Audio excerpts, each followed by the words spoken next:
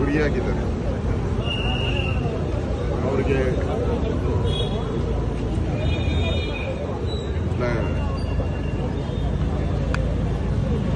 ದೀಪವನ್ನು ಹಚ್ಚೋ ಮುಖಾಂತರ ಅವರಿಗೆ ನಾವು ಶ್ರದ್ಧಾಂಜಲಿಯನ್ನು ಅರ್ಪಿಸಿದ್ದೀರಿ. ಇವತ್ತು ಇಡೀ ದೇಶ ಎಲ್ಲರೂ ಕೂಡ ಭಯೋತ್ಪಾದಕರಿಗೆ ಗುಂಡಿಕ್ಕಿ ಅಂತ ಹೇಳ್ತಾ ಇದ್ದಾರೆ. ಇಡೀ ದೇಶ ಪ್ರತಿಯೊಬ್ಬ ನಾಗರಿಕನೂ ಹೇಳ್ತಾ ಇದ್ದಾರೆ. ಆದರೆ ಕೆಲವರು ಮಾತ್ರ ಇದು ಭದ್ರತಾ ವೈಫಲ್ಯ ಅಂತ ಕೆಲವರು ಹೇಳ್ತಾ ಇದ್ದಾರೆ. ಕೆಲವರು 370 ಆರ್ಟಿಕಲ್ ತೆಗೆದಿದ್ದು ತಪ್ಪು ಅನ್ನೋ ಭಾವನೆಯಿಂದ ಹೇಳ್ತಾ ಇದ್ದಾರೆ.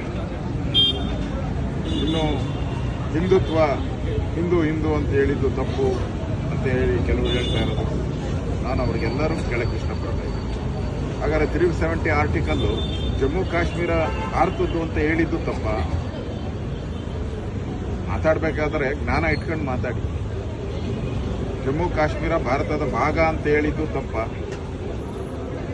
ಇವತ್ತು ಹಿಂದೂ ಅಂತ ಹೇಳಿದ್ಕೆ ಈ ದಾಳಿ ನಡೆದಿದೆ ಅಂತೇಳಿ ರಾಬರ್ಟ್ ವಾಡ್ರಾ ಹೇಳಿರುವಂಥದ್ದು ಖಂಡನೀಯ.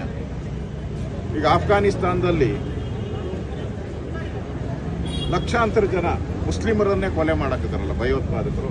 ಅವರೇನು ಹಿಂದೂ ಅಂತ ಹೇಳಿದ್ರ? ಇಸ್ರೇಲಲ್ಲಿ ನೂರಾರು ಜನ ಇಸ್ರೇಲನ್ನ ಕೊಲೆ ಮಾಡಿದ್ರಲ್ಲ, ಪ್ಯಾಲೆಸ್ಟೈನರನ್ನ ಕೊಲೆ ಆಯ್ತಲ್ಲ, ಅವಾಗ ಅವರೆಲ್ಲ ಹೋಗಿ ಹಿಂದೂ ಅಂತ ಹೇಳಿದ್ರು. ಅವರು ಈ ಮುಸ್ಲಿಂ ಭಯೋತ್ಪಾದಕರಿಗೆ ಅವರು ಭಯೋತ್ಪಾದನೆ ಮಾಡದೆ ಅವರ DNA ಬಂದಿದ್ರು. ಆ ಮುಸ್ಲಿಂ ಭಯೋತ್ಪಾದಕರೇನಿದ್ದಾರೋ ಅವ್ರ DNA ಭಯೋತ್ಪಾದನೆ. ಆದ್ದರಿಂದ ಈ ಥರ ದೇಶ ಒಟ್ಟಿಗೆ ನಿಲ್ಲಬೇಕು ಅನ್ನೋ ಸಂದರ್ಭದಲ್ಲಿ ಈ ಥರ ಹೇಳಿಕೆಗಳನ್ನು ಕೊಡುವಂಥದ್ದು ಖಂಡನೀಯ. ದೇಶ ಅನ್ನ ಕೊಡುವಂಥ ದೇಶ, ನಮಗೆ ನೀರು ಕೊಡುವಂಥ ದೇಶ, ನಮಗೆ ಜೀವನವನ್ನು ಬದುಕನ್ನು ಕೊಡುವಂಥ ದೇಶದ ಬಗ್ಗೆ ಈ ರೀತಿ ಹೇಳಿಕೆಗಳನ್ನು ಕೊಡುವಂಥದ್ದು ನಿಜಕ್ಕೂ ನಾವೆಲ್ಲರೂ ಕೂಡ ತಲೆ ತಗ್ಗಿಸಬೇಕಾದಂಥ ವಿಚಾರ ಅಂತ ಅನಿಸುತ್ತೆ. ಈ ಸಂದರ್ಭದಲ್ಲಿ ಇಡೀ ದೇಶ ನಾವೆಲ್ಲರೂ ಕೂಡ ಒಟ್ಟಾಗಿ ನಿಂತು ಈ ಭಯೋತ್ಪಾದನಾ ಕೃತ್ಯವನ್ನು ಖಂಡಿಸಬೇಕು ಮತ್ತು ಅದಕ್ಕೆ ಕ್ರಮಗಳನ್ನು ಆಗಬೇಕು. ಕಾಶ್ಮೀರದಲ್ಲಿ ಕಳೆದ ಒಂದೇ ವರ್ಷದಲ್ಲಿ ಸುಮಾರು 3 ಕೋಟಿಯಷ್ಟು ಜನ ಯಾತ್ರಾರ್ಥಿಗಳು ಟೂರಿಸ್ಟ್ಗಳು ಹೋಗಿ ಬಂದಿದ್ದಾರೆ. ಅಭಿವೃದ್ಧಿ ಆಗ್ತಾ ಇದೆ.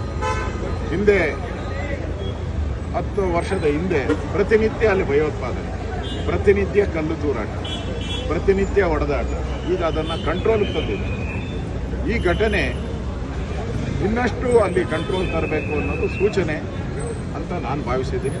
ಈಗಾಗಲೇ ಅಲ್ಲಿನ ಸರ್ಕಾರ ಫರೂಕ್ ಅಬ್ದುಲ್ಲಾ, ಒಮರ್ ಅಬ್ದುಲ್ಲಾ, ಅಲ್ಲಿನ ಮುಖ್ಯಮಂತ್ರಿಗಳು, ಅದೇ ರೀತಿ ಅಮಿತ್ ಶಾ ಅವರು ಆ ಸ್ಥಳಕ್ಕೆ ಭೇಟಿ ಮಾಡಿ ಇಬ್ಬರು ಜಂಟಿಯಾಗಿ ಕ್ರಮ ತೆಗೆದುಕೊಳ್ತಾ ಇದ್ರೆ ಏನು ಕ್ರಮ ಆಗಬೇಕು, ಹೇಗೆ ನಾವು ಅದನ್ನು ಕಂಡುಹಿಡಿಬೇಕು, ಅವರಿಗೆ ಶಿಕ್ಷೆ ಕೊಡಬೇಕು ಅನ್ನೋದು ಯೋಚನೆ ಮಾಡ್ತಾ ಇದ್ದಾರೆ.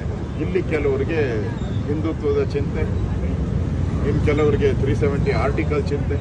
ಈಗ ಆ ಚಿಂತೆ ಎಲ್ಲ ಇರೋದು ನಮಗೆ ಭಯೋತ್ಪಾದನೆಯನ್ನು ಹೇಗೆ ತಡೆಗಟ್ಟಬೇಕು ಅನ್ನೋ ಚಿಂತನೆಯನ್ನು ಮಾಡೋ ಕಾಲದಲ್ಲಿ ಈ ಥರ ಕುಲ್ಲಕ್ಷ ರಾಜಕಾರಣ ಮಾಡೋದು ನಿಜಕ್ಕೂ ಒಂಥರ ನಾಚಿಕೇಡಿನ ಸಂಗತಿ ಅಂತ ಅನಿಸುತ್ತೆ.